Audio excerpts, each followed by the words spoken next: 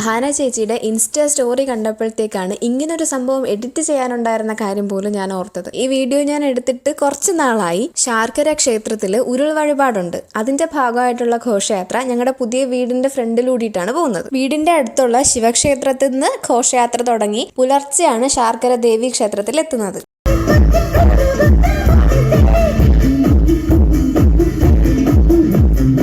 വൈകിട്ട് ഗാനമേളയൊക്കെ ഉണ്ടായിരുന്നു. കുറെ നേരം ഗാനമേള കേട്ടിട്ട് ഞങ്ങൾ തിരിച്ചു വന്നു. വരുന്ന വഴിയിൽ മിന്നു കണ്ടു വാങ്ങിയതാണ് ഈ ആനക്കുട്ടൻ. ഇതിനൊരു ട്വിസ്റ്റ് ഉണ്ട് കേട്ടോ. വഴിനീളയുള്ള ലൈറ്റൊക്കെ കണ്ടപ്പോൾ മിന്നു നല്ല ഹാപ്പിയായി, പ്രത്യേകിച്ച് ആ ആനക്കുട്ടനെ കിട്ടിയപ്പോൾ. ആ ആനക്കുട്ടൻ അവള് തന്നെ പേരിട്ടു ഗൗരി. ഞങ്ങൾ തിരിച്ച് വീട്ടിൽ വന്നിട്ട് പറയിടാനുള്ള ഒരുക്കങ്ങളൊക്കെ തുടങ്ങി. അപ്പോഴാണ് അച്ഛൻ വരുന്നത്.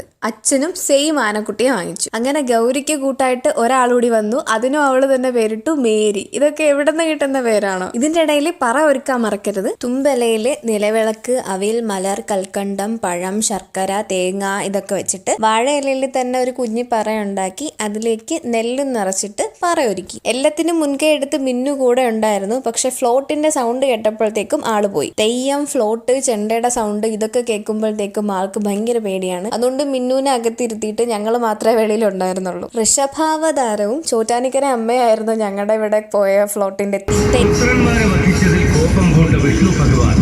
വൃഷഭത്തോട് യുദ്ധം ചെയ്യാനൊരു തത്സമയം ഇത് മഹാദേവന്റെ അവതാരമാണെന്ന് തിരിച്ചറിയും.